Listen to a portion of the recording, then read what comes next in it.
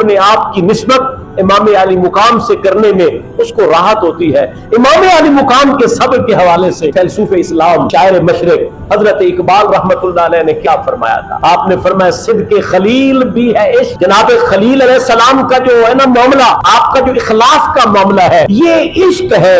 عقل میں یہ بات نہیں آتی کہ جناب خلیل کس درجے پہ فائز۔ صدق خلیل بھی ہے عشق اور صبر حسین بھی ہے۔ امام علی مقام کا صبر، لوگوں کے صبر ذہن میں آ سکتے ہیں، لوگوں کے صبروں کا بظاہر کو پیمانہ متعین کیا جا سکتا ہے، عقل کے کسی خانے میں ان کا صبر آ سکتا ہے، لیکن اس کائنات میں امام حسین کا صبر اتنا اعلیٰ صبر ہے، انسان سوچے تو ذہن میں نہیں سمجھا، انسان کی سوچ سے بالا تر، انسان کی فہم سے بالا تر۔ لہذا حضرت اقبال نے فرمایا صدق خلیل بھی ہے عشق، صبر حسین بھی ہے عشق، مارکہ وجود میں بدر و حنین بھی ہے عشق۔ یہ عشق ہے امام علی مقام کا صبر، یہ سمجھ میں نہیں ہے، یہ انسان کی سوچ سے ماورا ہے، یہ انسانی سوچ سے بلند ہے۔ تو بہرحال میں عرض کر رہا تھا، رب کائنات جل جلالہ صبر کرنے والوں کے لیے فرماتا ہے اولئک علیہم صلوات من ربہم ورحمہ، ان پر اللہ کی طرف سے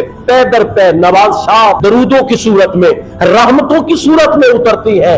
واولئک هم المہتدون، اور ہدایت یافتہ اصل ہدایت پہ وہ لوگ، اصل اگر کوئی مہدی ہے ہدایت پہ لوگ ہیں تو یہ لوگ۔ لہذا آج بھی اگر نعوذ باللہ من ذالک کوئی امام علی مقام میں بظاہر نقص ڈھونڈے کہ حاکم وقت کے خلاف نکل پڑے، آپ غالباً نعوذ باللہ دولت اور شان و شوکت کے خواہاں تھے، حکومت کے طالب تھے، بہت ساری چیزیں وہ ذہن میں لا کر سوالات کھڑے کر سکتے ہیں، ان کی اپنی سوچ، لیکن میرا رب فرماتا ہے اولئک هم المہتدون، امام حسین ہدایت یافتہ تھے۔